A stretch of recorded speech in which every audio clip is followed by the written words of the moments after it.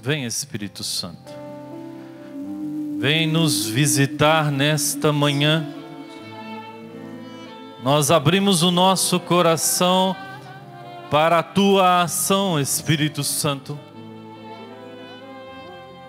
Vá colocando-se à disposição de Deus, para que Deus faça, para que Deus age, para que Deus realize na sua vida uma obra nova, na vida da sua família, no seu casamento. Coloque-se à disposição. Eis-me aqui, Senhor. Coloco a minha vida, os meus pensamentos, os meus medos, as minhas dores, os meus questionamentos, a minha tristeza. Vá colocando para Deus o estado que você se encontra, como você veio até aqui.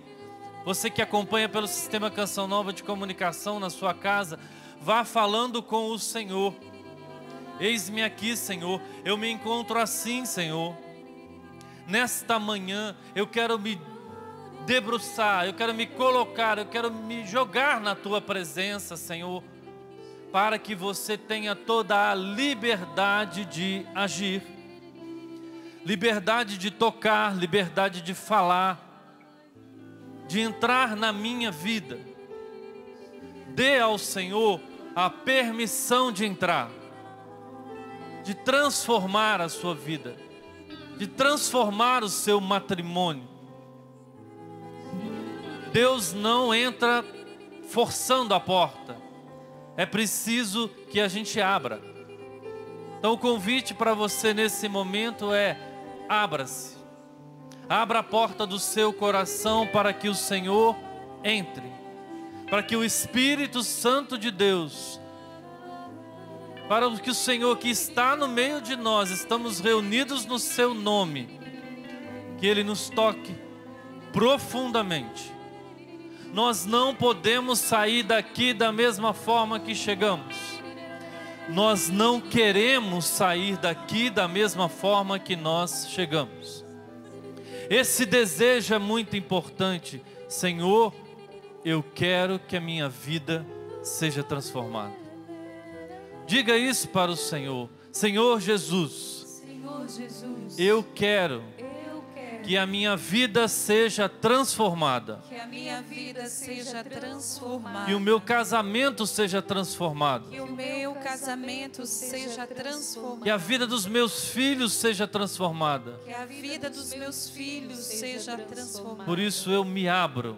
Por isso eu me abro. Eu me entrego. Eu me entrego. Para que você faça. Para que você faça. Para que você toque. Para que você toque. Para que você transforme. Para que você transforme. Para que você mude o rumo da minha vida. Para que você mude o rumo da minha vida. Cantemos mais uma vez. Vem, Espírito Santo. Vem, Espírito de amor.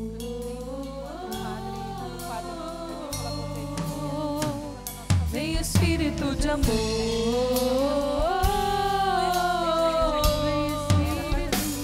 Vem, Espírito de amor.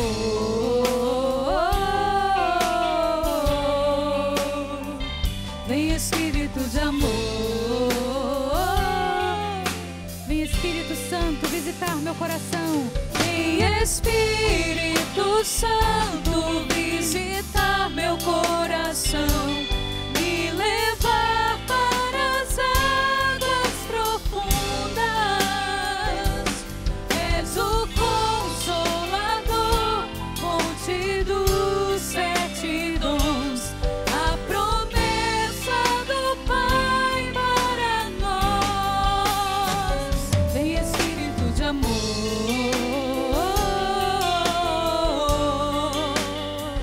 Vem, Espírito de amor.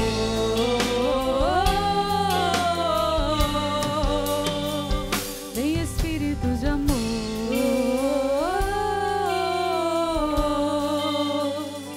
Vem, Espírito de amor.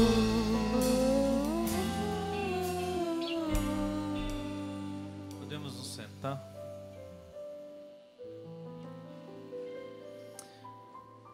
Bom, eu sou o diácono Valdir, membro da comunidade Canção Nova há 25 anos, indo para o 26º ano. Essa é minha esposa Ivana Brandão. Também 25 anos de Canção Nova. Nós vamos festejar no mês de março o nosso 23º ano de casados. Nós temos, não é muito tempo, mas já é algum tempo, né? Com certeza entre vocês tem pessoas que têm mais tempo de casado que nós. Temos 3 filhos, o Davi Ângelo de 12 anos, a Marie Sophie de 9 e a Inês Helena de 5. Como eu já disse em outras pregações, fisicamente nós temos 3 filhos, efetivamente dá 5, porque a Inês vale por 2. Por 3, né? Então dá 5. Então é alegria estar com vocês e partilhar um pouco da nossa vida com vocês. Iniciamos mais um ano, né? Estamos no mês de janeiro de 2022. O ano passado, para mim, não sei para você, passou tão rápido que parece que ele durou 6 meses. Né? O tempo parece estar andando bem depressa ultimamente. Daqui a pouco já é Páscoa, né? Está voando. Então o tempo está passando muito rápido. E nos últimos tempos, né, nós estamos vivendo tempos diferentes, exigentes, sofridos, né? Tempo de perda, tempo de entrega, entrega porque nós precisamos entregar aqueles que partiram e muitos perderam pessoas nas suas famílias, nós perdemos na nossa. Então é um tempo também de se entregar ao Senhor, porque o medo muitas vezes vai acabando tomando conta das nossas vidas, principalmente o medo da morte, não é verdade? Nós temos muito medo de morrer, mas se nós estamos preparados e sabemos para onde vamos, nós precisamos ter medo. Sim ou não? Se você está preparado para ir, e se você sabe para onde vai, não tem por que ter medo. Seja o que for que vai acontecer, eu sei que vou para os braços do Pai. Vou para uma vida que será eterna. Portanto, não vivamos sobre o regime do medo, porque o medo escraviza, o medo mata, e a palavra de Deus diz claramente, nele, na tristeza, não há utilidade nenhuma. Não entregue a tua alma à tristeza, porque ela já matou a muitos e ela não serve para nada. É uma grande graça, né? Você estar aqui hoje, você que está aqui, você que nos acompanha. Iniciar um ano, né, logo no primeiro mês do ano, parar para fazer um retiro. Fazer uma parada, né? Vamos rezar, vamos escutar a palavra de Deus, vamos nos encontrar com o nosso Senhor. Isso é muito importante. Eu não faça isso uma vez só no ano. Tenha tempos do seu ano, no mínimo 2 vezes no ano, que você para com seu esposo, vamos fazer uma parada que a gente está precisando, né? De um tempo nosso e de um tempo nosso com Deus. Aproveite, não perca 1 segundo de graça desse tempo. É uma alegria estar com vocês. Os 2 últimos acampamentos para casais que nós pregamos, nós não tínhamos a presença física, né? A presença de pessoas aqui. E é uma alegria poder olhar para olhos, olhar para pessoas, estar partilhando esse momento com vocês. Esse acampamento tem como tema, vários aí estão com a camisa, né? A minha família está protegida pelo sangue de Jesus. Bonito que aqui atrás, na decoração, né, no cenário, a gente tem essa porta, esse umbral da porta pintado pelo sangue. E aí a gente tem logo na nossa cabeça a imagem desse momento histórico, que foi a libertação das famílias, do povo de Deus do Egito. A gente sabe que o povo vivia na escravidão, eles não podiam cultuar livremente a Deus. Moisés vem para salvar o povo, e Deus diz a Moisés, essa noite eu vou passar e vou tirar vocês do Egito. Ele pediu para Moisés matar um cordeiro e passar o sangue nas portas. Só que esse sangue passado nas portas sinaliza algo maravilhoso para nós. Não só era um sinal para que o anjo exterminador não passasse e não tocasse naqueles que estavam ali, mas era um pedido a Deus de nos tire do Egito. É como se tivesse marcado na porta com esse sangue a palavra assim: por favor, nos incomode. Por favor, nos tire daqui. Por favor, nos faça sair dessa situação onde nós não podemos te amar, Senhor, livremente. Onde nós não podemos, Senhor, te cultuar, porque nós vivemos numa nação pagã, longe de ti.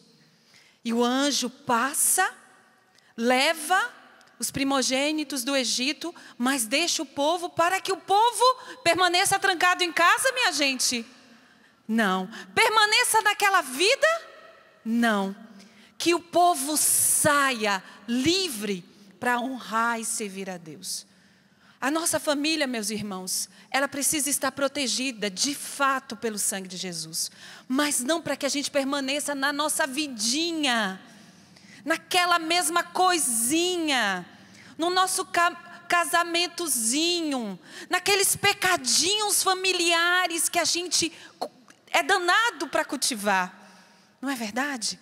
Aquele pecadinho, aquele tempo a mais na internet, aquele vídeo que não convém, aquelas palavras muitas vezes grossas, aquela falta de amor, de atenção, de cuidado. Essa minha família está protegida pelo sangue de Jesus, quer dizer que eu dou livre acesso ao Senhor, a Ele me desinstalar. Desinstala, Senhor, minha família. Tira minha família dessa letargia. Tira minha família desse jeito morno de viver. Gente, quantas vezes e eu estou falando aqui para casais católicos, cristãos, vocês que estão aqui, vocês optaram, ninguém trouxe vocês amarrados para cá, não é verdade? Você que está com a televisão ligada à Canção Nova, muitos optaram para passar esse momento aqui. Então eu estou falando para casais que querem servir ao Senhor. Se vocês clamam nesse acampamento: Senhor, protege a minha família está protegida pelo teu sangue. Vocês querem dizer ao Senhor assim também: nos tire, Senhor, desse Egito que nos prende. Nos faça te servir com amor. Dê à nossa família um verdadeiro desejo de ir e de nos libertar das amarras da escravidão. Essa é a proposta que nós queremos fazer com você essa manhã. É deixar o Senhor visitar você. E essa proteção vem desse impulso de sair e de ir para servir ao Senhor. Sair da escravidão. Que o Senhor nos revele, né, através daquilo que vocês vão escutar, quais são os lugares de escravidão do seu matrimônio, para que você seja livre. Se Jesus me libertar, serei verdadeiramente livre. Deus fez um plano. Na história da salvação, Deus pensou numa forma de nos salvar, de um lugar para nos salvar. E todos nós temos esse lugar. Esse projeto de Deus tem um nome. Que nome? Família. Todos nós viemos de uma família. Mesmo que você não a tenha conhecido, mas temos desejo de família, necessidade de família. Família é um lugar para nós de extrema importância e de extrema importância no projeto de Deus. Então esse projeto de Deus se chama família.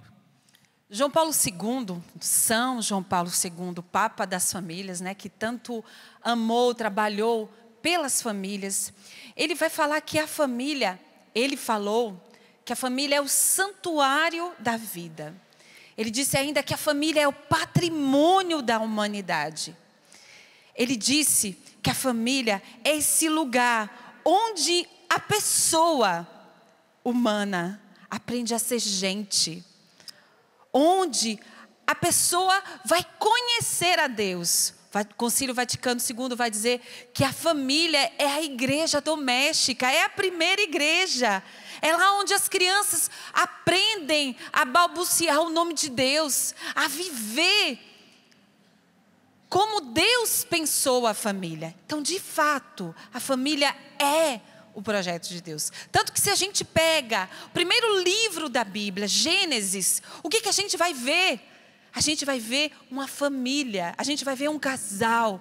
Se a gente pega o último livro da Bíblia, Apocalipse, do que Deus vai falar? Deus vai falar das núpcias do Cordeiro, de um casamento, de uma família, de uma união.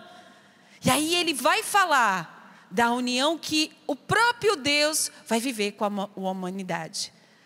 Projeto de Deus. Então, grave isso na sua cabeça nessa manhã. Não é por acaso que Deus quis família. Não é por acaso que existem casais no mundo. Não é por acaso que nós viemos de uma união, de um homem e de uma mulher. Existe um plano, um desígnio maravilhoso nesse projeto de Deus. Então, grave isso. Família é projeto de Deus. Família é projeto. Casal é projeto de Deus. Homem e mulher é projeto de Deus. E nada pode mudar isso. Nenhuma lei humana pode mudar isso. Porque é o projeto de Deus para nós. E um projeto maravilhoso. O Concílio Vaticano II também vai nos dizer que a família, chamou a família de igreja doméstica. Então vamos lá. Santuário da vida. Santuário é um recorte do céu, né? Então o santuário do Pai das Misericórdias é um recorte do céu, ou seja, tem um pedacinho do céu ali. Então a família é um recorte do céu. A família é esse lugar de encontro com Deus, esse lugar onde Deus habita e Deus age. Olha a importância da família, a importância do pai e da mãe, a importância dos filhos, da relação entre os esposos e dos esposos com seus filhos. Santuário da vida, patrimônio da humanidade. O que é um patrimônio da humanidade, gente? Algo que precisa ser preservado, cuidado, que a gente tem que fazer de tudo para não ser destruído.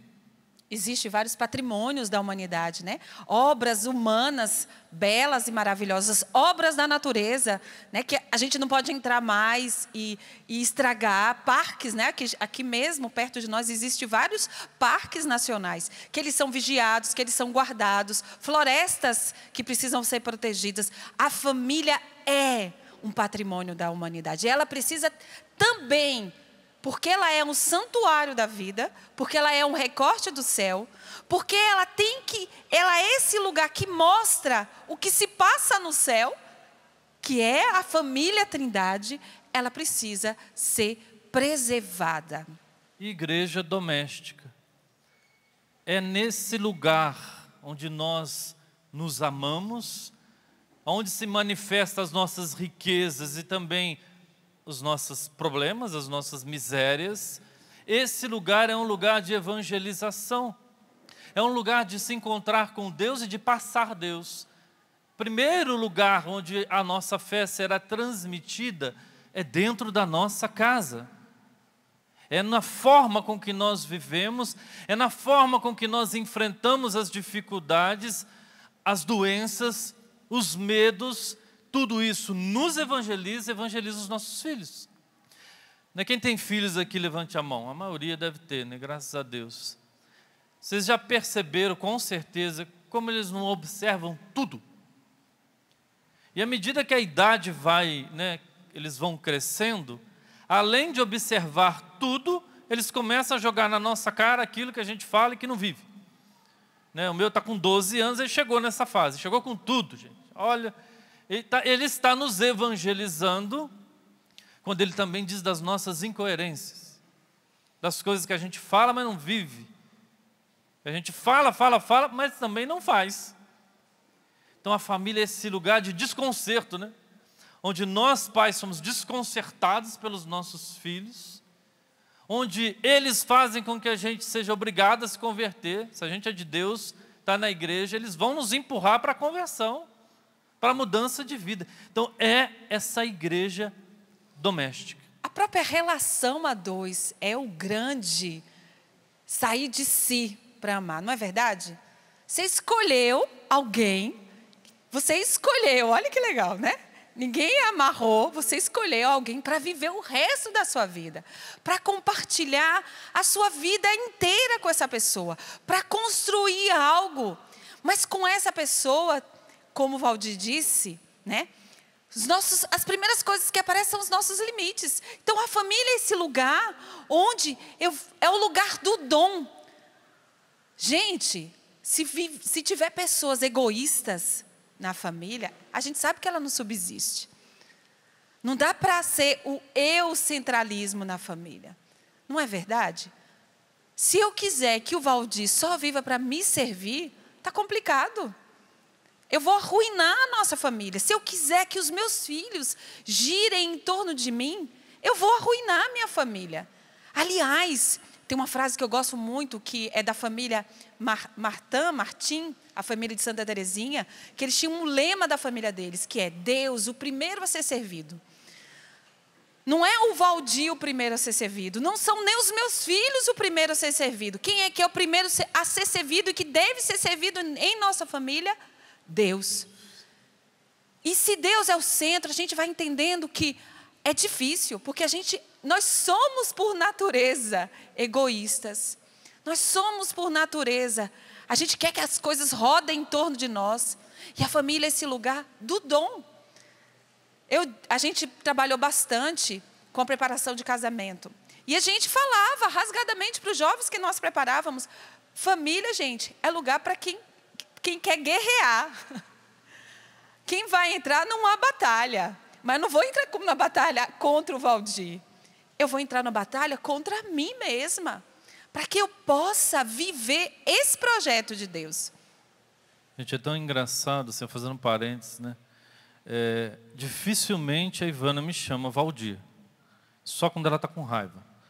Então, eu tenho a impressão que ela está com raiva de mim, que ela está falando Valdir várias vezes. Valdir, tem aquela sensação estranha, sabe? É porque a pregação exige que ela me chame pelo meu nome, né? Claro. Mas ela só me chama de Valdir em casa quando ela está brava comigo. O Valdir? Senão é meu amor, né? Aquelas coisas muito mais doces, né? Acho que na sua casa também é assim, né? Meu bem, meu amor, né? Bem, e às vezes vai diminuindo tanto que acaba ficando uma letra só, né? Mas, né, a gente está tudo bem, viu? Só para dizer para vocês que está tudo bem, vou fazer um parênteses.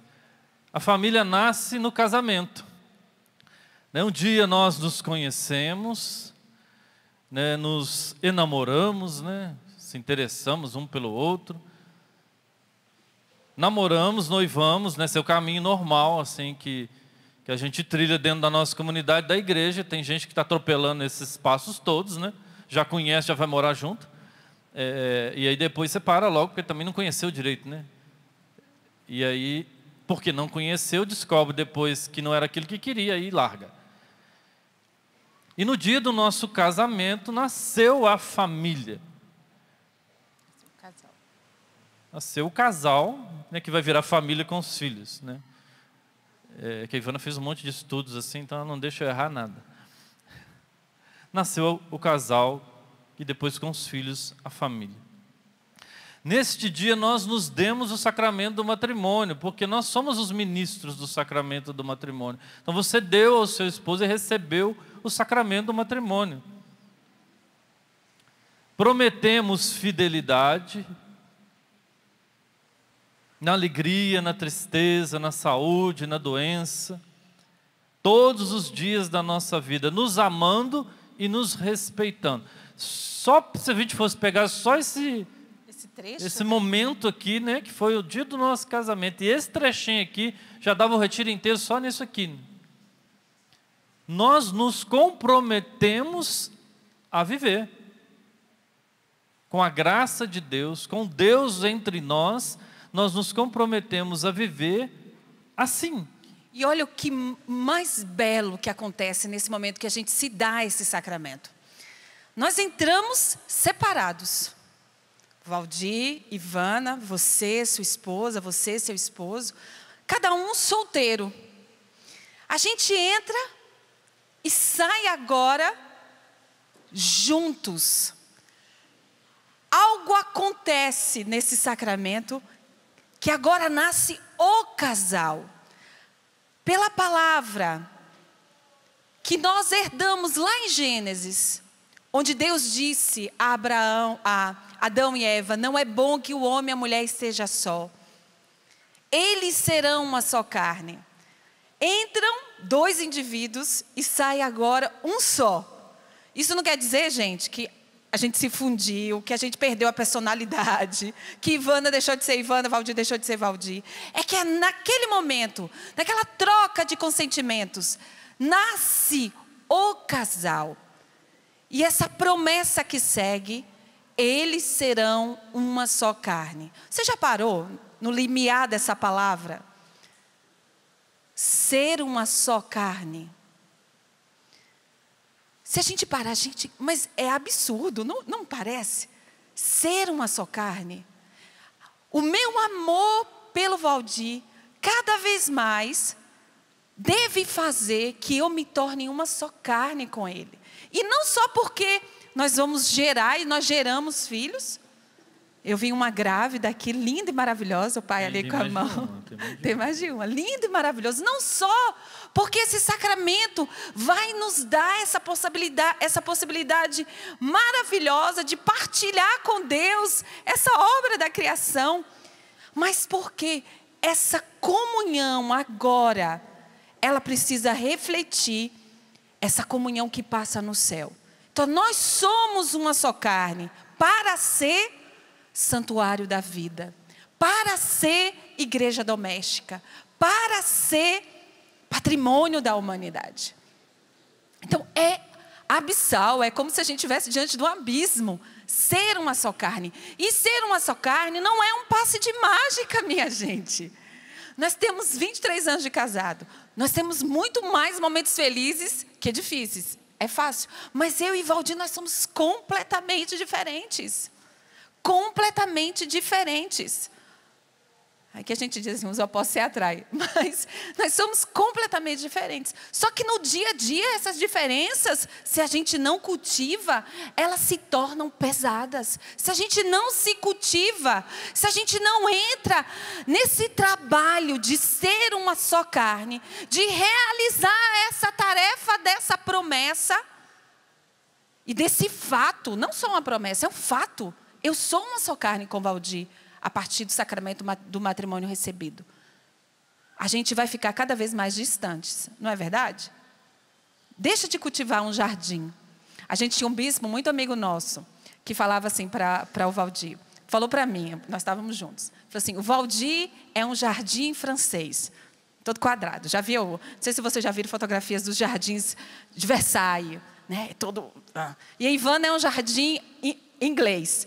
É todo assim, todo misturado. Precisa de espaço. Precisa de espaço. As plantinhas estão colocadas de forma bem assim, dispersa, assim, várias plantas.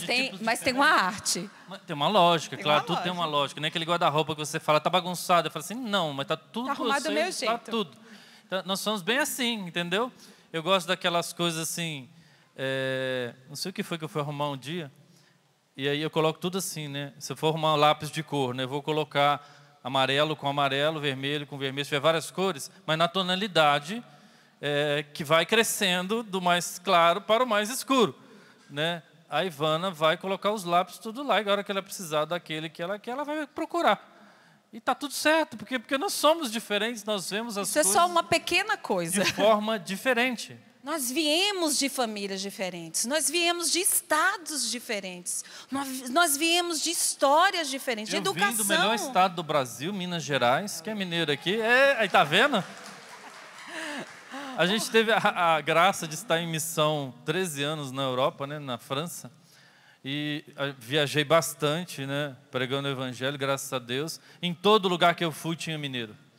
Os mineiros vão dominar o mundo. Eu cheguei à conclusão que nós vamos dominar o mundo, mas discretamente e em silêncio. Bem mineiro. Então nós somos diferentes. Isso aqui é só uma pequena parcela, 0,000,1% daquilo que é diferente entre nós. Mas só se a gente não dizer, olha, quando a gente se assumiu para a vida toda. A gente se assumiu porque esse sacramento, ele é tão forte que ele é indissolúvel. Ele é tão forte que eu preciso viver fielmente com o Valdir. Ele é tão forte e tão belo que ele é fecundo. Que ele é fecundo. Que existe uma diferença entre fertilidade e fecundidade. Mesmo os casais que não puderam gerar, eles são fecundos. Eles são fecundos. Por quê? Porque esse sacramento nos faz uma só carne. E a gente precisa cada vez mais se dar os meios para que a gente possa viver esta verdade. O número 372 do Catecismo da Igreja Católica diz assim: o homem e a mulher são feitos um para o outro. Não que Deus os tivesse feito apenas pela metade e incompletos. É muito bonito isso. A gente não é incompleto. Marido, você não pode dizer para sua esposa, você me complementa. É como se você tivesse um pedaço de você que está vazio. Não existe isso. Você é completo como pessoa. Esposa, mesma coisa. O Valdir não me completa. O Valdir me complementa. Existe uma diferença, é semântica, mas é de extrema importância.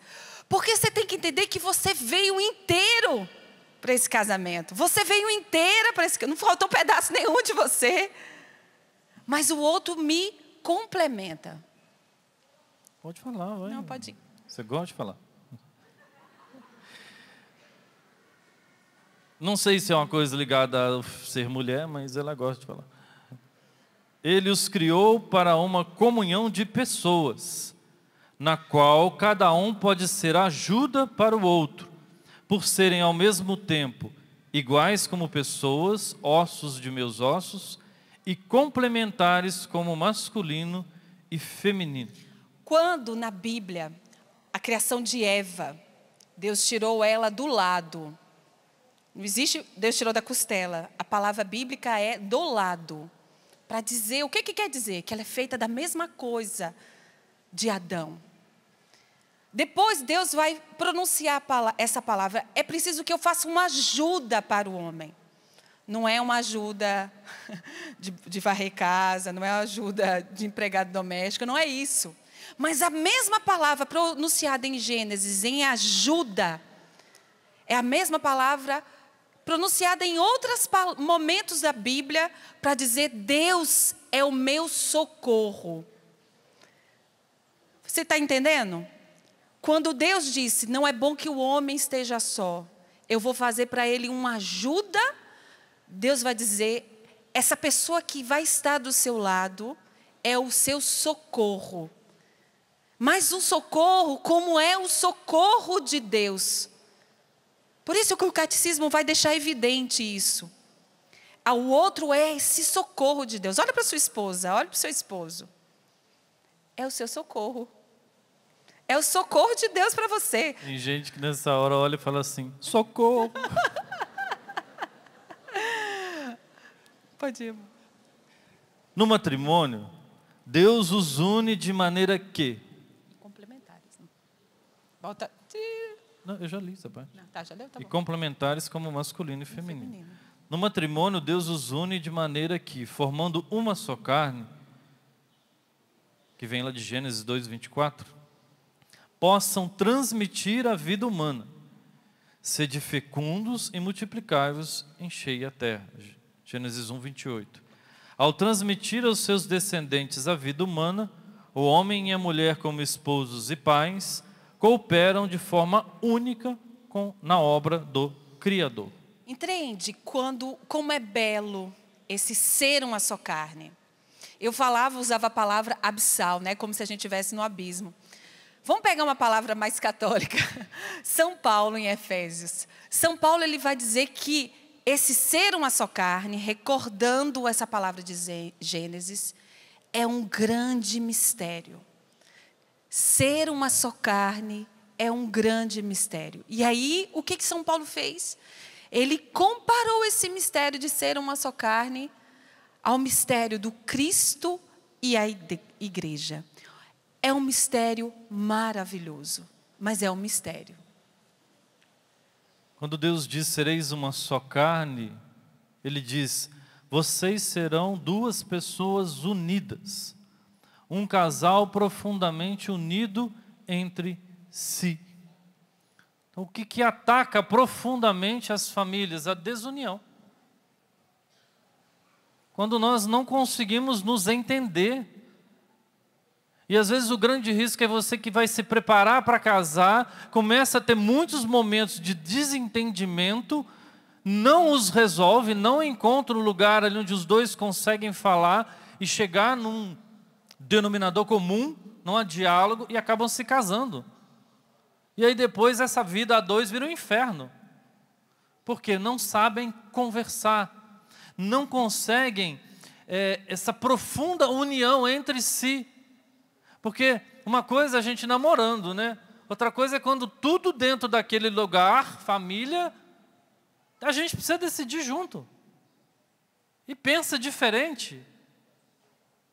Tem gente que acaba brigando um monte porque ela quer comprar um sofá e ele quer trocar o carro. Ou outras coisas, né? Vai que ele quer comprar a camisa do time preferido. Está custando quase igual o sofá, né? Que é caro, né? Outro dia eu fui olhar, é caro para chuchu uma camisa oficial.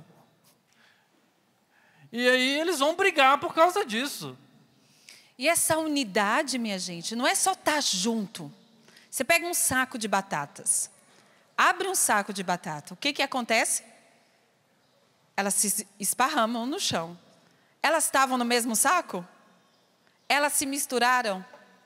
Não. Elas se jogam, se algo acontece, o que acontece? As batatas se espalham. A família, a gente precisa cultivar a unidade, para que no meio das tempestades da vida, a gente vive tantas tempestades, né, meus irmãos? A gente vive situação de desemprego, a gente vive muitas vezes situação de doença, a gente vive o mundo hipersexualizado, a gente vive num mundo onde a pornografia hoje é não stop e 24 horas perto da sua mão. A infidelidade não está longe, a infidelidade agora não está mais naqueles lugares escondido ou naquele filme que você tinha que ver. A infidelidade está aqui, ao alcance da nossa mão. Infelizmente, né? Infelizmente. Por causa da pandemia, as estatísticas dessas coisas, gente, elas explodiram para cima. Aumentou assustadoramente a procura por pornografia. Confinamento, muito tempo em casa, né? Mais tempo para você, podia ser para rezar, né? As pessoas se perdendo. Cada vez mais famílias destruídas por causa desse acesso fácil, esse uso da liberdade de uma forma extremamente destruidora da pessoa humana e da família. Agora, diferente das batatas, é o café com leite.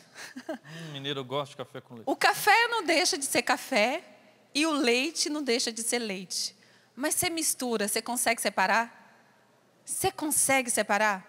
Você não consegue separar. Você põe açúcar ainda, que os mineiros gostam. Café com leite quentinho. Com açúcar. Você não tem como separar. Toma aí, bobão, café com leite quentinho. Porque o leite está inteiro no café.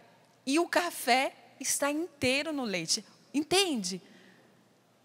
Não é só estar no saco de batata. Eu preciso estar inteiro. Você precisa estar inteira. E assim, gente, de fato, o café com leite que a gente não separa, tem depois como, nessa mistura dessa vida, que muitas vezes é difícil. Isso eu não estou dizendo que é fácil. Não estou dizendo nem a gente que serve a Deus é fácil. É difícil, mas a gente tem que lutar para que eu esteja no Valdir e o Valdir esteja em mim. Eu esteja no Valdir e o Valdir esteja em mim. Porque assim, de fato, o que Deus uniu, aí nada separa. O saco de batata é fácil separar, mas o café com leite não é fácil de separar. Não dá, né, para separar. É importante saber que se o casamento não for de livre e espontânea vontade, ele não é válido. Deus não une. Mas quando o casal se casa sem dúvida, sem ameaça, sem chantagem, ninguém pode separar. Nem se a gente fosse pegar o Papa, que é o máximo, o nosso pastor, vigário de Cristo, ele não pode separar algo que Deus uniu e uniu nessas condições, sem dúvida, sem ameaça, sem chantagem. Por isso é tão importante conhecer. Tão importante que a gente tenha se casado assim e que a gente cultive essa vida. Mas, infelizmente, nós sabemos que a carne é fraca e o pecado entrou também no casamento.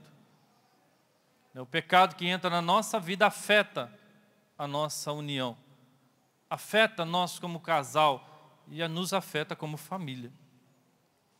Tem muita coisa, pessoas, ideologias, modas, etc., reticência, que querem separar os casais e destruir as famílias. Temos que lutar para que isso não aconteça. Como a família é atacada. Em uma carta da irmã Lúcia para um cardeal, se eu não me engano, é que eu tenho dificuldade depois de lembrar quem fez o que para quem. Mas é a irmã Lúcia, com certeza, e é um cardeal. Numa conversa entre eles, ela disse que a batalha final vai ser contra a família. E nós vemos nos tempos de hoje como a família está sendo extremamente atacada, de todos os lados. Como querem destruir a família. E se nós destruirmos a família, nós vamos destruir a sociedade. Por quê? Porque a família é essa base que mantém, se mantendo sólida, mantém uma sociedade saudável. Senão ela fica doente. E ficando doente ela vai ruir, porque ela vai perder os seus valores. Perdendo os seus valores, então tudo me é permitido e tudo me convém. E aquilo que é o mais importante vai ficar deixado de lado. Porque a gente passa a viver de uma forma egoísta, onde eu vou procurar sempre o meu prazer, a minha satisfação, e eu não vou pensar mais na minha esposa nem nos meus filhos. Tem uma historinha que diz que é um escritor, esqueci o nome dele, que fala... Está pegando a minha... Está pegando essa doença.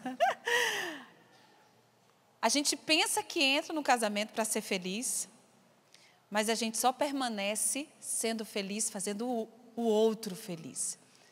Então, a primeira coisa é, eu tenho que me recolocar e colocar uma pedra fundamental no meu casamento, que é aquilo que nós já falamos, Deus.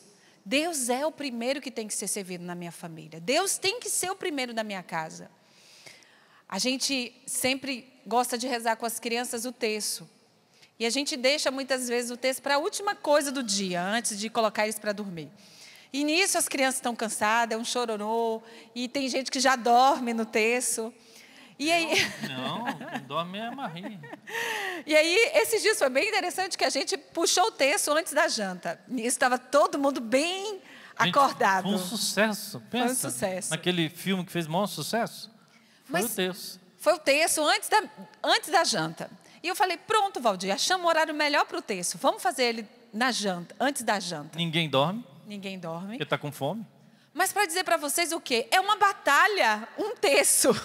É a batalha, muitas vezes, uma dezena do terço rezar. Rezar com criança, rezar com gente que está cansado, rezar naquela repetição muitas vezes. Rezar quando um está ali pulando, porque a Inês, enquanto os outros maiores estão rezando, a Inês está fazendo, ela está medindo as paredes, ela está brincando, ela fez esses dias o teatro com a creche, com o presépio. Ela fez um teatro com presépio. Esses dias ela contou a história dos 3 reis magos chegando no presépio. E meu presépio de gesso, cada topada, como a gente diz. Tem mais personagem, 3 reis magos, agora já está 4, porque um partiu no meio assim, eles já estão começando a se multiplicar, né? Cada hora ia pedaço do meu presépio de gesso. Então a gente vai vendo que é uma luta. Colocar Deus em primeiro lugar, não somente com uma oração do texto, porque a gente pode rezar o texto e ser bem pagão, viu, minha gente?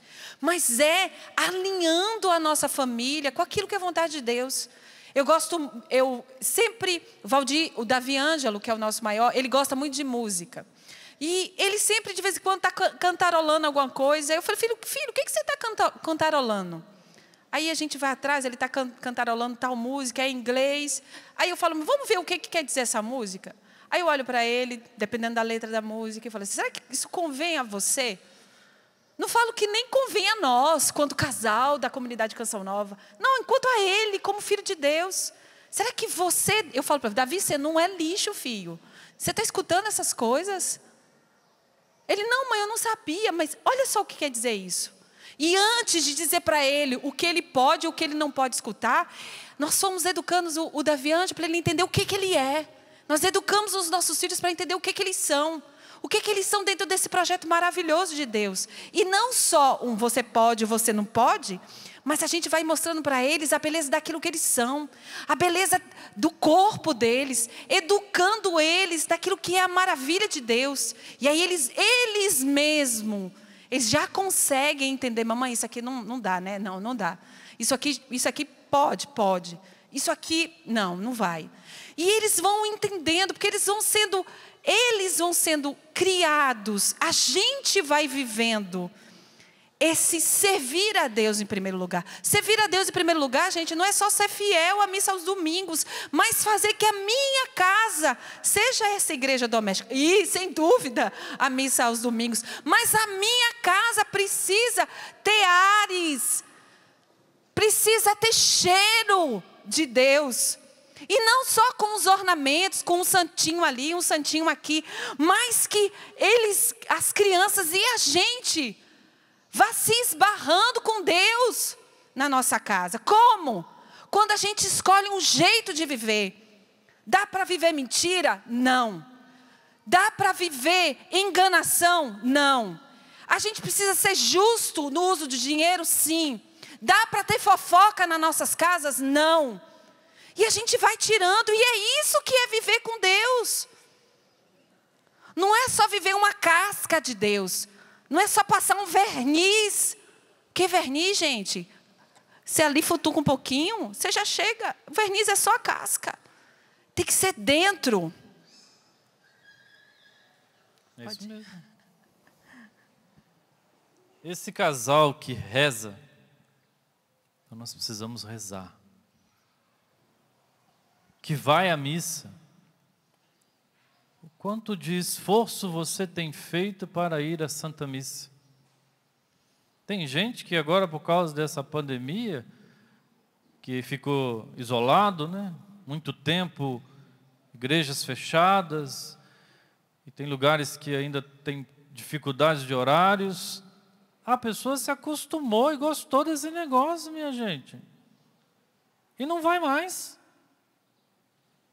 Parou de ir à Santa Missa, de receber o Santíssimo Sacramento, corpo, sangue, alma e divindade de nosso Senhor Jesus Cristo.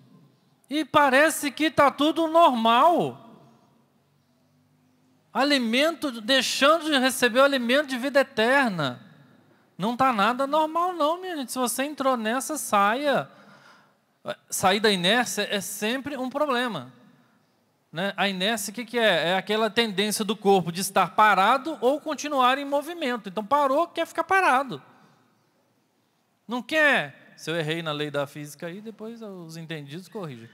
Mas, eu acho que eu me lembro, faz um bocado de tempo já, era isso.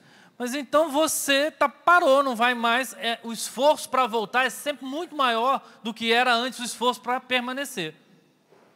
Quando a gente para com alguma coisa, né, começa a atividade física, está no maior ritmo, está, né, indo super bem, parou para voltar, é um drama. Então, houve esse corte na nossa vida com relação à Santa Missa, para muitos de nós. Mas precisa religar esse cabo aí e voltar. É difícil? Vai ser difícil? Vai, claro que vai. Um tempo que você estava usando para outras coisas, você vai ter que realocar ele de volta para consagrá-lo ao nosso Senhor. Mas é importante que reza junto, que reza o terço. Esse casal, essa família, essa união, dificilmente vai ceder às tentações de destruição para se separar. Por quê? Porque ela está buscando a força naquele lugar certo, que dá a força necessária para a gente resistir às tentações. Experimente ler 1 ou 2 versículos bíblicos por dia com a sua família. Não precisa depois fazer palestra, nem homilia, não é isso. Mas fazer aquela leitura, deixa que a palavra de Deus faça o trabalho dela, no nosso coração, no seu coração. Cultivar essa vida familiar, cultivar essa uma só carne. A carne é fraca e precisa ser fortalecida pela graça de Deus. É tendo Deus no centro, é colocando o nosso Senhor no primeiro lugar, o primeiro a ser servido, é ali o lugar que a gente se fortalece contra as tentações. Nós vamos falar aqui de algumas ameaças que podem levar esse projeto lindo de Deus, que é a família, ao fracasso. Para ajudar você, né? Não é uma lista exaustiva, quer dizer, podemos colocar mais coisas, mas foram algumas que a gente separou para tentar ajudar você a verificar se tem isso na minha vida, então eu preciso urgente da graça de Deus para sair dessa situação. E aqui não são ameaças exteriores, são ameaças interiores. Sabe aquela fissurazinha na parede? Sabe aquele negócio quebrado ali, aquela rachadura?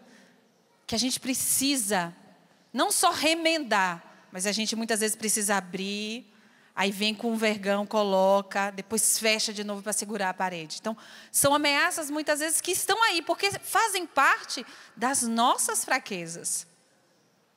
Pode? A mentira. Ela corrói a unidade do casal, a fidelidade e a confiança. O pai da mentira é o demônio. Pela mentira que o demônio destrói muitas famílias. Mentirinhas e mentironas. Tem pessoas que são infelizmente viciadas em mentir. Você aperta, quanto mais aperta, mais ela mente. Mentira do marido para com a esposa. Mentira pequenininha, gente, coisa simples. O que você está vendo nesse telefone aí? Nada. Será que era nada mesmo? Fala que vai num lugar e vai em outro. Mentira. Se tem mentira no seu casamento, você precisa renunciar a ela. Precisa confessar. E precisa ter a firme disposição de não mentir mais. Isso destrói a confiança. Abala. Como é que eu vou continuar depois de uma descoberta de uma mentira, porque elas acabam aparecendo, né? Acho que todo mundo já deve ter mentido na vida alguma vez, e no final ela não acabou aparecendo, e a situação ficou feia. Mas aí quebra a confiança. Para restabelecer, demora, é difícil, é sofrido, porque feriu. Então, se tem mentira no casamento de vocês, vocês precisam encontrar aquele lugar preciosíssimo que é o lugar da verdade. A verdade liberta, a verdade vai salvar esse casamento, porque a mentira vai destruir a sua vida familiar. E se, gente, eu que escolhi a Ivana, começa a mentir para ela, o que vai acontecer nas nossas vidas? E é quando a gente tem filhos, é todo um processo difícil de ajudar o filho a não mentir. Que eles começam a aprender com os coleguinhas a mentir para o pai, para a mãe. Que aconteceu nada, depois aconteceu um monte de coisa. Diz que estava num lugar, depois estava em outro. Às vezes até na forma da gente educar os nossos filhos, a gente educa errado, né? Fala a verdade, menino. Aí ele fala a verdade e apanha. Aí ele vai falar de novo verdade, minha gente? Não vai, mas o que quer apanhar? Se ele falou a verdade, ele precisa ser corrigido, né? Verbalmente, ele dizer que isso não é bom, mas você vai punir ele, ele vai entender o quê? Bom, se eu falo a verdade, eu sou punido. Então é melhor mentir. Uma coisa boba, né? Mas que olha o que a gente vai formando nos nossos filhos e levando eles, às vezes, à mentira. Então, o valor a ser cultivado é a verdade. A verdade. Se ela dói, a verdade. Com caridade, mas a verdade. Com amor, mas a verdade. E a palavra é forte, né? A mentira corrói. Quem nunca viu um ferro forte, algo que diz, esse aqui vai durar muito tempo. Quando você olha e chega mais perto, está lá o negócio, a ferrugem, pegando nos cantos. Esses dias eu estava olhando o fogão lá de casa. No pé do fogão, a ferrugem já corroendo. Olhei a geladeira, no pé da geladeira, a ferrugem corroendo. A gente gosta, né, de jogar, mulher principalmente, dona de casa, quando vai limpar a cozinha, ela joga água, né? Porque tem que jogar água mesmo, né? Mas ali, né, a gente vai vendo que as coisas se corroem. Então, cultivar a verdade. A verdade. Uma outra coisa que destrói a família, disse um psicólogo, que o que mais separa os casais não é o dinheiro que falta, mas o dinheiro que sobra. Essa gerência das finanças familiares. Quantos casais, né, se separaram, brigaram. Quantas mentiras, e aí é o terreno, né? O terreno do dinheiro muitas vezes é o terreno da mentira. Esconderam, usaram mal. E quando foram no final, no ver das contas, aquele dinheiro familiar foi perdido num jogo, aquele dinheiro familiar foi perdido em algo que não foi bem empregado. Quantas famílias, minha gente, se separam por causa de dinheiro? Brigam por causa do dinheiro. Fazem que a família se torne um inferno por causa do dinheiro. A herança familiar, que muitas vezes destrói a família. Então, o dinheiro é nosso. Quando nós preparávamos uns casais para casar, e eles, bem de longe da igreja, eles vinham só pedir o sacramento do matrimônio, não porque eles eram cristãos praticantes, mas porque vieram de famílias católicas, avó católica, o sonho da avó, o sonho da mãe é que de fato casasse na igreja católica. Ou depois de 1, 2, 3 filhos, eles viam que eles precisavam agora coroar aquela vida deles com o matrimônio. Eles não tinham ideia do matrimônio. E a gente foi falando para eles daquilo que era o casamento, e eles falavam para a gente assim: Ivana, a gente vem cada um com a sua conta, com o seu trabalho, e a gente não se pergunta mais se a gente vai se separar. Duro isso, né? Eles falavam assim, a gente se pergunta muitas vezes, quando é que vai acontecer? Eles já vão com tudo pronto para não ter muito trabalho na separação. Cada um contribui com o valor da comida, o valor do aluguel, o valor de não sei o quê. Porque se separar, já está tudo separado. Não vai ter trabalho de reorganizar a vida para uma vida de solteiro. E quantos casais estão assim? A gente vive não organizando o nosso. Mas você paga a luz, eu pago a água, você paga não sei o quê, não sei o quê, não sei o quê, não sei o quê, não sei o quê. Na hora, gente, que vem alguma coisa que vai abalar, porque Nosso Senhor, quando disse, constrói a casa sobre a rocha, porque vai vir vento, vai vir tempestade. Nosso Senhor não disse, constrói a casa ali e deixa tranquilo, porque não vai vir nada. Não, vento vem, tempestade vem, chuva vem, enchente vem. Mas essa casa precisa ser construída sobre a rocha. Como é que a gente vai ser unido nas nossas decisões se aí já está tudo separado? E o dinheiro é o lugar que mostra muito o meu ou o nosso. É o nosso. O nosso. Reprovação. Acusar, apontar o dedo é muito perigoso. E é claro, a gente não gosta de fazer isso e nunca faz. A palavra demônio significa acusador. Marido e mulher não podem ficar se acusando mutualmente. E quando a gente fica nervoso, o que a gente mais faz, minha gente? Porque você faz isso ou não faz. E, nas nossas discussões a gente usa muito a palavra nunca, né? Ou sempre. Você nunca faz isso. Você sempre faz isso. A gente tem a nossa filha número 2, a Marie, ela tem um senso de justiça super aguçado, né? E aí ela fica assim, nervosa, porque vocês nunca fazem isso, eu nunca posso. Injusto! É injusto! Eu falei, então semana passada, você lembra que aconteceu isso. Não, mas aí não tem mais argumento, aí fica mais nervosa ainda, e chora aquelas lágrimas grossas. Eu falei assim, minha filha, esse nunca está muito forte, né? Porque semana passada já aconteceu. Ou sempre que eu peço. Outro dia a Inês que estava, como é que ela estava fazendo? Porque os pequenos sempre sofrem mais.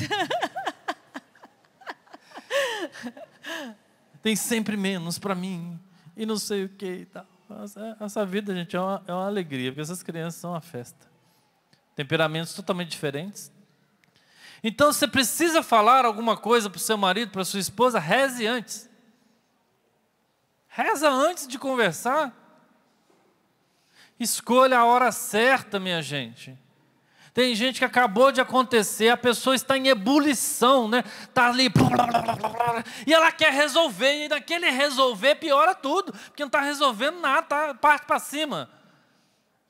Não, já vai falar, já vai resolver, já vai isso. Escolha o momento. Deixe o outro se acalmar e se acalme. Já viu a pessoa nervosa resolver alguma coisa? Você já conseguiu, numa discussão onde você e seu marido estão nervosos, resolver alguma coisa? Acho que se fizer um estudo aqui, uma estatística com quem está aqui, acho que 99% ou mais vai dizer, piorou. O negócio ficou pior. E assim, eu tenho a teoria de que todos nós escutamos o anjo da guarda. Vou provar para vocês, hein? Você já teve naquela hora que o negócio estava pegando fogo, que você olhou para ela para dizer aquela frase que você sabe que vai derrubar e escutou aquela vozinha, não fala. Quem já escutou, levante a mão. Não fala. Olha, tá vendo? Uma boa parte. Falou. O que aconteceu depois que falou? Eu faço desenho animado, né? Você fica tentando catar aquele negócio assim, ó. Já era, na hora que chegar, prepare-se, porque vai vir quente do jeito que foi. Mas o anjo falou, não fale. A gente não escuta e fala. E depois vê o circo pegando fogo. Então precisa escolher a hora certa, se acalmar, escolher o lugar, gente. Tem mulher corrigindo o marido na frente de todo mundo. O marido corrigindo a esposa, não vê o lugar para sentar e conversar, um desrespeito com o outro. E pior quando isso acontece na frente dos filhos, onde um fica desautorizando o outro o tempo todo. A mãe falou não, o pai pega e fala, não, é sim, porque ela está muito errada. E aí o desastre que isso acontece. E os filhos que são muito espertos, depois vai pedir para quem? Para quem dá, ué. Olha o desastre que vai ficando na vida daquela família, onde um não apoia o outro, mesmo que está errado, né? Depois senta e fala assim, olha, aquele jeito que você falou com o Davi foi errado, você exagerou. Mas não na frente dele, por quê? Porque ele vai também desrespeitar depois. Isso é uma coisa muito importante. A gente sempre guardar essa boa imagem do pai para os filhos, da mãe para os filhos. Gente, é destruidor para um filho quando a mãe fala mal do pai. É destruidor para um filho quando um pai fala mal da mãe para os filhos. Ah, porque seu pai não sei o quê, não sei o quê. Ah, porque seu pai... Não destrua. A adolescência, a idade adulta vai fazer isso. Mas não faça isso para uma criança. Se a reprovação não pode ser feita, a aprovação. Já reparou como a gente tem dificuldade de falar coisas boas para o outro? Nossa, amor, aquela comida que você fez, que gostoso, obrigado. Você pode, nossa, que comida boa, mas você tem coragem de dizer, nossa, amor, a comida que você fez foi boa. Sabe aquele serviço escondido? Gente, varrer casa todo dia, cuidar de criança todo dia, lavar roupa todo dia, estender roupa todo dia. É um serviço repetitivo e muitas vezes cansativo. Todo dia a mesma coisa. Você já agradeceu? Ô amor, obrigado, viu? Pela vassoura que você passou na casa. Mas é o serviço que eu faço. Mas se você não tivesse passado a vassoura na casa, o que a gente não ia ter nesse chão? Sabe aquelas coisas que muitas vezes a gente vai achando que são, é o serviço dele, é o serviço dela. O lixo é seu e nunca agradece que o lixo saiu, né? Nossa, amor, você tirou o lixo, que beleza. Se tivesse ficado lá, né, você ia lembrar dele. Então, se a reprovação é um mal, vamos dizer palavras boas, minha gente. Por que a gente não enche a nossa vida de palavras boas? Por que a gente não enche a nossa casa de agradecimento, de gratidão, de louvor? Mas obrigada, amor, obrigada. Quando uma criança faz um favor para você, obrigada, meu filho. O obrigada. Essa palavra muitas vezes está apagada no nosso vocabulário familiar. O não só o obrigado automático, mas o reconhecimento que o outro não está fazendo a obrigação dele. Aquela palavra que muitas vezes que a gente escuta, você não está fazendo nada mais do que a sua obrigação. Mãe, tirei 10 na prova, você não está fazendo nada mais do que a sua obrigação, né? Não, meu filho, que bom, você estudou, você se esforçou. Qualquer serviço, minha gente, ninguém está fazendo por obrigação a nós. Eu sempre digo isso para as crianças, ninguém está fazendo por obrigação. Nem sua mãe faz por obrigação. Por gratuidade. Por né? gratuidade. Por amor. Então, agradeça. É um bom trabalho ensinar as crianças a fazer por gratuidade, né? Misericórdia, eles fazem conta de tudo. Tudo. Eu lavei 2 pratos. Não, ele lavou 3. Eu lavei 3, ela lavou 2. Que isso, minha gente? Eles têm dificuldade de... Está tudo contando o tempo todo. E eu não tenho medo também de testemunhar para vocês que nessa vivência a 2, a gente teve que aprender. Em um momento que a gente não conseguia sair desse círculo da reprovação, eu e o Valdir, a gente teve que bater na porta de um terapeuta conjugal. E a gente falou, a gente tem essa fraqueza aqui, ó. Toda hora a gente está medendo o dedo um no outro. É porque você é assim, é porque você é assado, é porque você é desse jeito.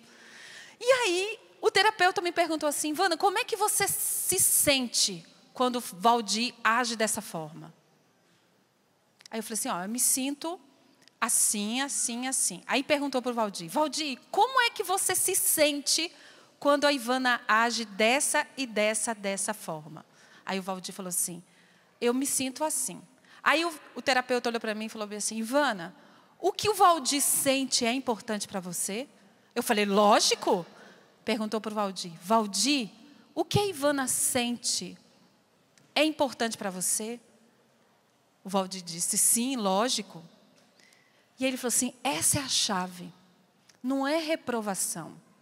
Amor, quando você faz essas coisas...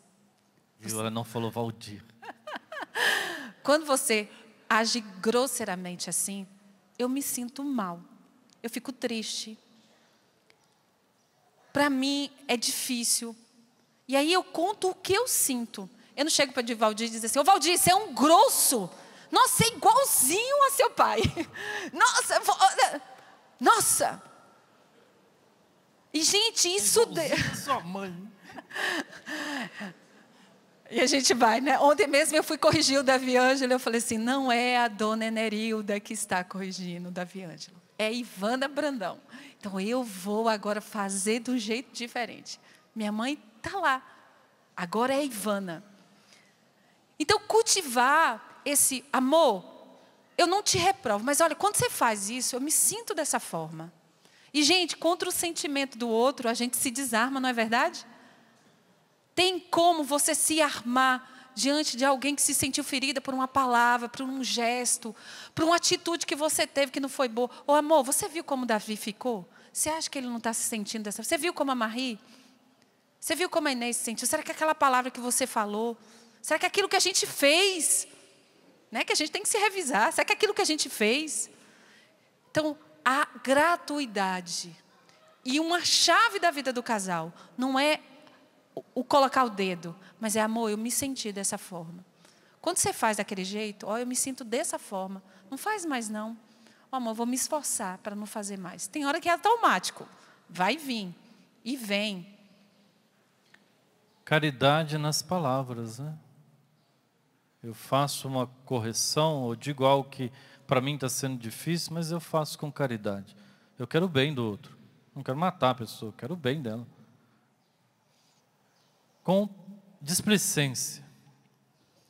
É a falta de atenção, falta de carinho, falta de palavras de carinho, né? A gente já falou. É preciso regar a planta todos os dias, senão ela morre. Já percebeu que se você ficar naquilo que é negativo, vai destruir? Né? Tem estudiosos que já fizeram experiência, a pessoa passar pela plantinha e xingar a planta todo dia, ela vai murchando.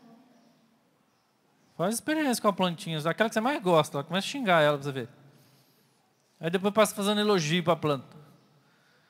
Se não regar, gente, se não regar com coisas boas, com nutrientes, a planta morre.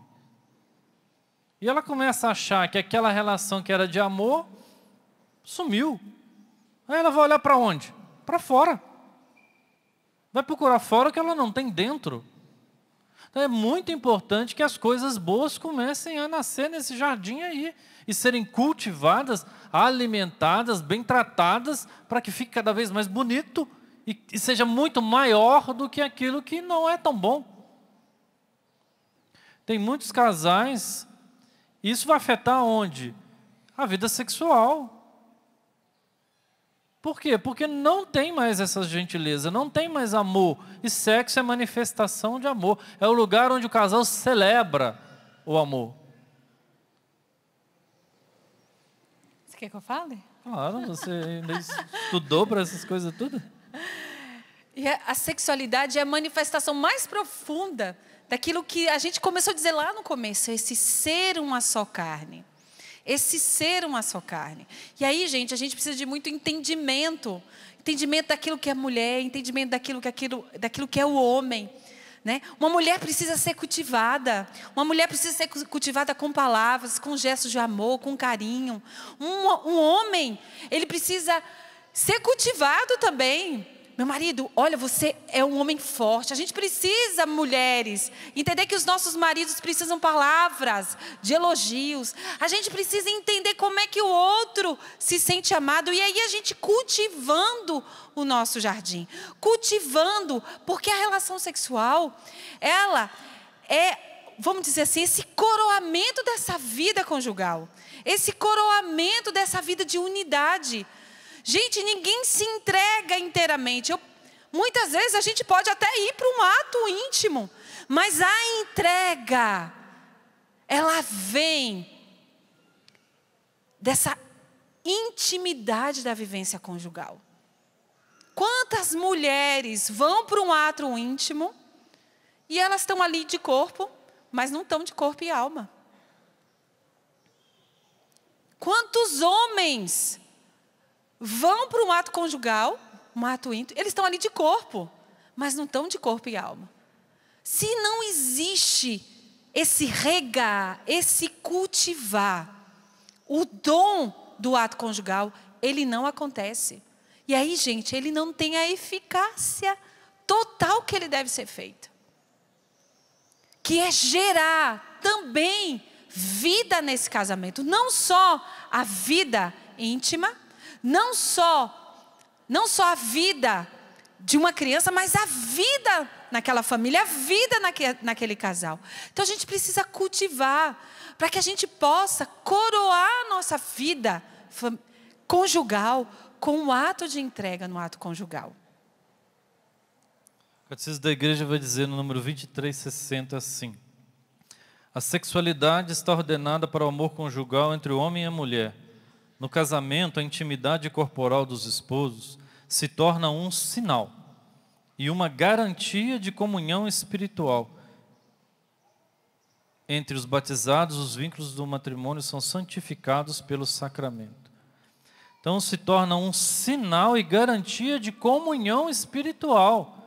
Quanto mais nós nos amarmos intimamente e for desse amor de doação, dom, que um se dá ao outro, vai acontecer que a gente vai crescer espiritualmente. Vai aumentar a nossa comunhão espiritual. Olha que fantástico, gente. Então, amem-se bastante. Sem reservas, né? Amem-se bastante. E vocês vão ver que a vida espiritual do casal vai mudar, vai crescer. Outra coisa importante, a gente já está chegando no final, as comparações. Cuidado para a vida de vocês não estar repleta de comparações. Comparação do seu matrimônio com o matrimônio dos outros. Porque você é único, como casal é único, não dá para comparar, gente. Como uma pessoa humana é única, não dá para ficar se comparando. A gente fica, às vezes, olhando para o jardim do outro e o nosso está abandonado. Não cuida do nosso, não tira o mato, não vê os bichos, não poda, e fica olhando o outro, é tão lindo, é tão maravilhoso, é tão isso, é tão aquilo. E às vezes isso fica até em conversa de família, em reunião de família. Todo mundo falando mal do seu casamento, né? Ou falando mal do seu marido quando está com outro. Pelo amor de Deus, não destrua a sua família com comparações. E temperamento, né? Temperamento não é o todo de uma relação, pelo contrário, ele é só a base, é só o início, ele tem tanta coisa que influencia no nosso temperamento, mas é importante conhecer que nós somos diferentes e a gente precisa se respeitar nas nossas diferenças, né? Como a gente já tinha falado aqui um pouco, nós somos muito diferentes, nós temos necessidades muito distintas, qualidades que não são as mesmas. Se a gente vai numa festa, às vezes até dentro da própria comunidade, a Ivana, em 2 minutos, ela já conhece todo mundo. Quando tem pessoas que não conhecem, conversa com todo mundo, fala com os braços, com as pernas, com o cabelo, com tudo, né? Eu estou lá sentado na cadeira. Se você sentar e falar comigo, eu falo com você. Se você não vier falar comigo, é bem capaz de eu ficar lá sentadinho no meu cantinho, quietinho. Eu gosto de ficar quieto. Às vezes a Inês vem sentar no colo. Eu falo, você vai ficar quietinha? Ela, não. Eu falei, então não senta não, porque eu não aguento. Você quer ficar sentado? Estou ficando velho já, estou com 51. Ficando velho nada. Eu sei que os meus cabelos não revelam, mas não está pintado não, viu gente? É assim mesmo, não tem. E aí ela fica numa mexeção, parece uma cobra. E mexe para lá, mexe para cá, estica a perna, e se ajeita, você nunca acha a posição que ela vai ficar. Eu falei, eu não aguento, minha filha, pelo amor de Deus, não dá. E quando está calor então, eu falei, nem chega perto, porque às vezes, com calor você ainda quer ficar achando que eu sou uma pista, e fica andando em cima de mim, não dou conta. Então, todas essas coisas, essas diferenças, a gente conhece, a gente aprende, né, a lidar com elas. E quando a gente casou, a gente era tão assim, desafiador, né? Eu sou mais lentinho, né? No meu processo, eu penso, analiso, vejo tudo que pode dar errado, e pensa demais até, né? Aí quando vai decidir fazer alguma coisa, quando eu vi, a Ivana já estava voltando, eu estava pensando, como é que eu ia fazer para ir? Olha, foi difícil para ela esperar e para eu andar mais rápido. Nesses 20 e tantos anos, a gente vai aprendendo a caminhar na mesma velocidade às vezes, e muitas vezes eu aprendi também que eu preciso andar mais rápido, porque ela espera que eu faça. Às vezes eu faço, quando chega no limite, né? Estava fazendo as cadeiras lá em casa, eu quero essas cadeiras prontas amanhã. Aí amanhã elas estão prontas, mas já tinha uns, sei lá quantos meses que a cadeira estava terminando. Né? Quando começou a pandemia, eu falei, Valdir, vamos ter galinha? Vamos. Aí, faz o galinheiro, um projetinho. Ele, eu fiz um galinheiro, 5 estrelas. Não, calma aí. Quase tinha elevador para galinha. Aí eu falei assim, e esse galinheiro não sai, esse galinheiro não sai. Eu falei assim, Valdir, estou trazendo as galinhas amanhã. Saiu o galinheiro. Sob pressão. Mas eu estava analisando, minha gente, o galinheiro, os prós e os contras. Tudo isso para dizer que a gente precisa conhecer o outro. Eu acho que a grande beleza do caminho que a gente vai percorrer uma vida, né? Nós temos 23, mas outros estão começando, outros já estão lá à frente. É a gente entender que o outro ainda tem muito a ser conquistado. O outro tem muito a ser revelado. O outro, eu preciso, mesmo tendo 23 anos de casada, viver conquistando o Valdir. Viver namorando o Valdir. Não deixar de cultivar esse ser uma só carne. Colocar todos os meios para que isso aconteça. Encher a minha vida conjugal e familiar desta verdade. Eu sou uma só carne. Eu fui feita só uma só carne. Está no Valdir e ele está em mim. Como é que uma pessoa está na outra e permanece? A gente sabe que o sentimento, aquele primeiro sentimento de amor, faz a pessoa estar dentro da gente. Quando a gente ama, quando a gente se apaixona por alguém, a gente carrega essa pessoa dentro da gente. Quando a gente está casado, gente, a gente tem que viver continuamente carregando essa pessoa da gente. Não está ganhado. Não é porque eu botei a aliança do dedo que agora, pronto, cheguei. Não, eu vou começar. Eu estou numa porta de algo muito maior que se mostra para mim, para o Valdir, para as crianças. O sacramento do matrimônio que nós recebemos nos dá esta graça. Nos enche, nos capacita. Por isso que não é igual a um casamento civil. Não pode ser igual a um casamento civil. Nunca será. Aliás, o sacramento do matrimônio me dá condições para viver tudo isso. O sacramento do matrimônio me dá condições de, no meio da casa, que é soprada, que vem vento, que vem tempestade, que pode vir enchente, ela permanecer em pé. Mas não permanecer em pé banalmente, mas permanecer em unidade. Gente, a gente precisa, principalmente enquanto casal, viver essa unidade, porque essa unidade dá forças não só para os nossos filhos se apoiarem, mas quantos outros podem vir se apoiarem na nossa família. Não é verdade? Quantas vezes existem outros casais, outros jovens, outras crianças que podem vir beber desta fonte que jorra da nossa casa. Existe um poço na nossa família. E esse poço que nós cultivamos tem Deus como protagonista, como primeiro. E que nessa família, protegida pelo sangue de Jesus, que não faz a gente ficar escondidinho, gente, mas faz a gente sair dessa inércia, desse tempo, desse mundo, que quer fazer a gente viver uma mesmice, que quer colocar a gente tudo igualado, equalizado, todo mundo igual, vivendo as mesmas coisas, pensando as mesmas coisas. Não! Senhor, protegida pelo teu sangue, para que eu possa sair, e que minha família possa verdadeiramente cultuar Deus, adorar a Deus, amar a Deus, viver, e que minha família tenha. Muito bonito quando você vê os textos bíblicos, essa linguagem do Oriente, do poço que existia na família, do poço que existia na cidade. E tudo muitas vezes era construído ali do lado daquele poço, em redor daquele poço, porque do poço da água sai vida.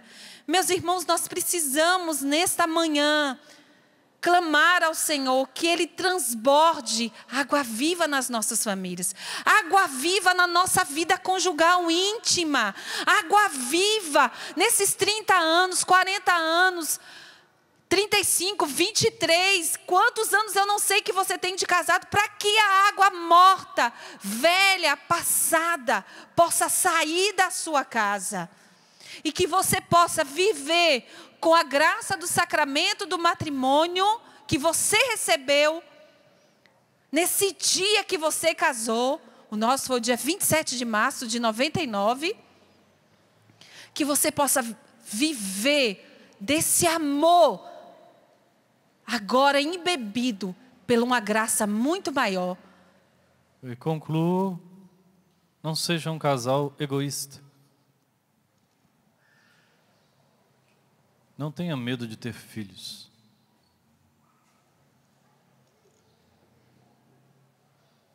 Seja generoso para com o nosso Senhor, sempre com uma paternidade, uma maternidade responsável, mas não tenha medo de ter filhos.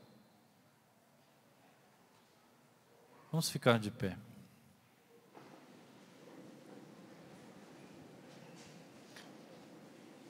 Senhor, nós te agradecemos por tudo aquilo que nós ouvimos.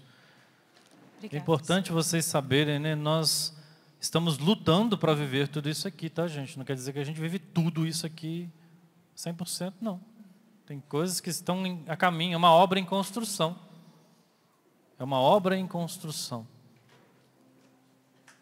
Mas é assim mesmo, tem gente se esticando, aí se estica, né? Ficou uma hora aí sentado. Cuidado para não acertar a pessoa do lado.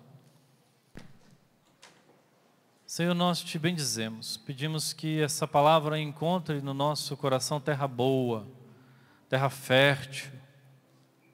É possível que algumas coisas tenham desinstalado o nosso coração, tenha nos apertado ali um pouco contra a parede, né? Às vezes teve um ou outro aí que em determinado momento ficou batendo no marido assim, é para vocês que essa foi para você, você merece. Todos merecemos. Todos nós precisamos de mudar em alguma coisa. Todos nós precisamos do auxílio de Deus para que a nossa vida matrimonial mude. E para que ela mude, é muito importante que a gente seja humilde. Verdade. Humilde para reconhecer, aqui eu estou precisando de ajuda. A ajuda pode ser uma boa confissão, a ajuda pode ser até o auxílio de um conselheiro conjugal, ou pode ser um psicólogo. Não sei qual é a sua necessidade. Mas é importante reconhecer que eu não estou pronto, eu posso melhorar. Eu, marido, posso melhorar no jeito de fazer, no jeito de falar, no jeito de reagir. Você, esposa, pode melhorar. Eu te quis dar pistas para vocês perceberem como vocês estão vivendo. Se você quiser, feche os seus olhos e vai falando com o Senhor. Aí você fala agora da sua vida, da sua realidade, daquilo que você está experimentando, vivendo, sofrendo, das alegrias, dos desafios. Mas em tudo isso, Senhor, nós queremos humildemente pedir que você envie sobre nós o Teu Espírito Santo num clamor de quem precisa. Derrama Teu Espírito. Derrama o Teu Espírito, Senhor. Que cada um desses que nos acompanham aqui e pelo Sistema Canção Nova de Comunicação recebam efusão, batismo do Teu Espírito Santo. Um batismo que venha renovar as nossas famílias, que venha transformar o nosso matrimônio, que venha transformar maridos, que venha transformar esposas, que venha transformar filhos. Nós precisamos do Espírito Santo. Nós desejamos, vem Espírito Santo, para que a nossa vida seja transformada, para que ela seja mudada, para que algo novo aconteça. Eu desejo um novo no meu matrimônio. E clamo para que você também deseje. Que Deus nos visite nessa manhã. Que Ele rompa aquilo que está engessado, que está petrificado no nosso coração. Que Ele... Te dou permissão, Senhor, se a porta estiver presa, enferrujada, arromba e entra na nossa vida e opera maravilhas no nosso interior e salva a família, salva a minha família. Salva, Senhor. Nós pedimos, Senhor, nesse sábado, pela intercessão da Virgem Maria. Nossa família é esse cenáculo, Senhor. Derrama sobre nós o Teu Espírito Santo. Eu convido você a dar as mãos para a sua família, para a sua esposa. E vamos rezando, pedindo ao Senhor essa graça.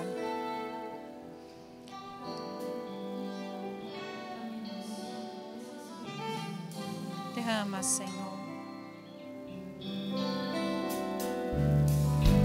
Reunidos aqui no cenáculo de amor,